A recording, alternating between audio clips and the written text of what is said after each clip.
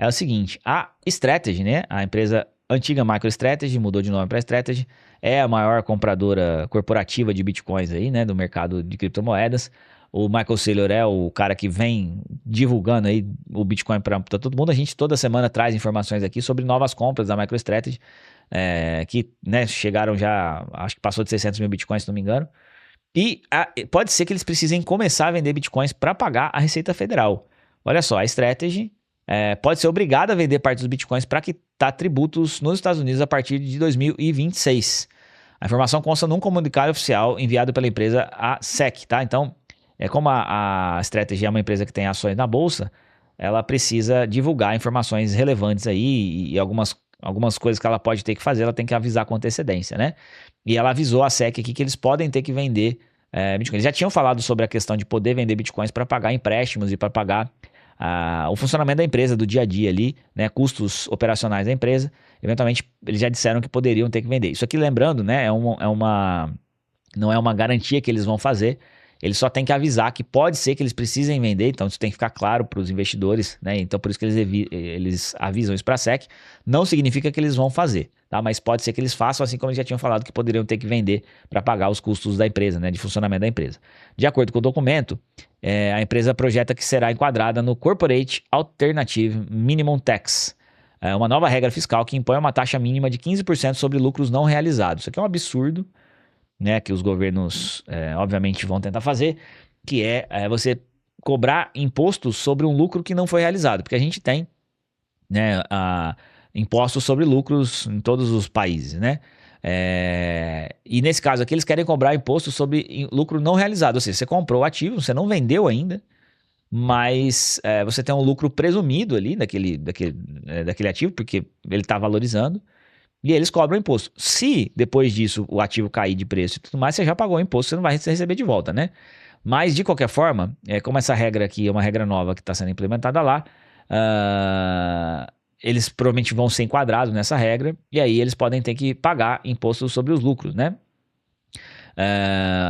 O CAMT atinge empresas com renda contábil média superior a 1 bilhão nos últimos 3 anos. A Strategy se enquadra nesse critério por causa da valorização da reserva de Bitcoin, que alcançou mais de 65 bilhões até junho deste ano.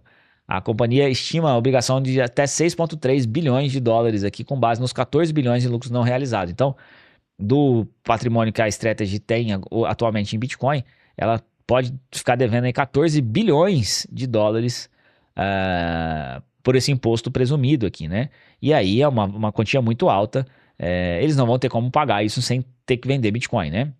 A empresa destacou no relatório que, caso não consiga levantar capital por outros meios, pode liquidar parte dos seus 597 mil bitcoins. Então, como eu disse, eles não estão dizendo que vão vender para honrar isso aqui, mas eles podem tentar de outra forma, pegar empréstimo, outras formas que eles podem usar, como usaram para comprar Bitcoin, para poder pagar esse compromisso fiscal, né?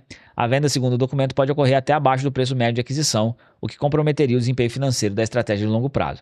Podemos precisar vender parte das nossas criptomoedas ou emitir novos títulos de dívida e ações para levantar dinheiro suficiente para cumprir as obrigações fiscais, diz o trecho mais preocupante aqui do comunicado que foi feito pela Strategy.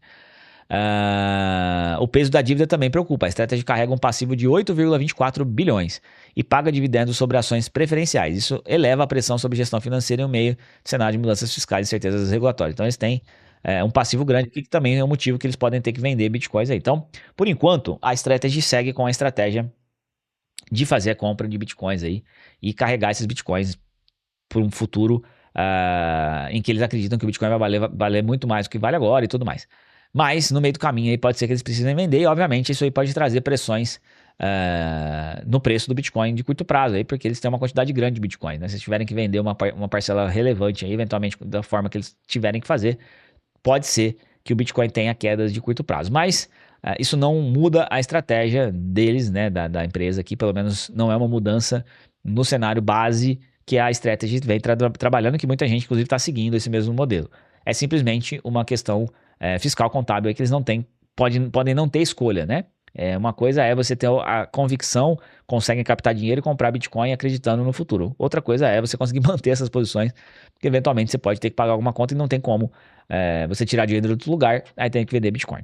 Então nada muda de tão relevante assim. De novo, é só um aviso que eles têm que dar para o mercado, mas pode ser que a gente veja aí no ano que vem a MicroStrategy começando a vender. Inclusive, isso aqui já pode ser um indicativo aí de que o ano 2026 já pode começar a trazer problemas aí, não só para eles, mas para outras empresas também que estão fazendo a mesma coisa, né?